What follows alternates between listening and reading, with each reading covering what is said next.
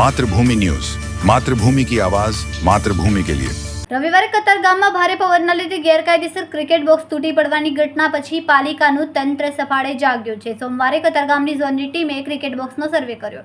આ સર્વે દરમિયાન અલગ અલગ વિસ્તારોમાં 7 ક્રિકેટ બોક્સ ગેરકાયદે હોવાનું ધ્યાન પર આવ્યું, જેથી કતારગામ ઝોનની ટીમે આ તમામ ક્રિકેટ બોક્સના સંચાલકોને નોટિસ ફટકારીને બોક્સ સીલ કર્યા હતા।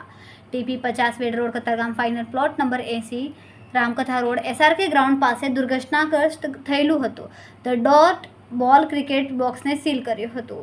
આ ઉપરાંત માધવાનંદ આશ્રમ પાસે આવેલું Maruti cricket box, Gopin bungalows પાસે આવેલું the knock out box cricket, Pramukh Darshan society પાસે આવેલું ફ્રેન્ડ્સ બોક્સ ક્રિકેટ, મોટી વેડ ભવાની બાગ પાસે આવેલું સેન્ચુરી ક્રિકેટ ક્લબ, નાની વેડમાં GG box cricket, Singanpur Saraswati society પાસે સિક્સર ઝોન બોક્સ ક્રિકેટને સીલ કરીને નોટિસ ફટકારાઈ।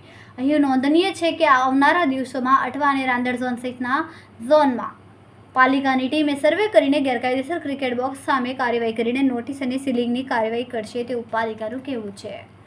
ખૂબ જ ટૂંકા સમયમાં માતૃભૂમિ ન્યૂઝ OTT પ્લેટફોર્મ અને વેગા સિટીમાં કેબલ નેટવર્ક સાથે જોડાઈ જશે, તો જોતા રહો માતૃભૂમિ ન્યૂઝ।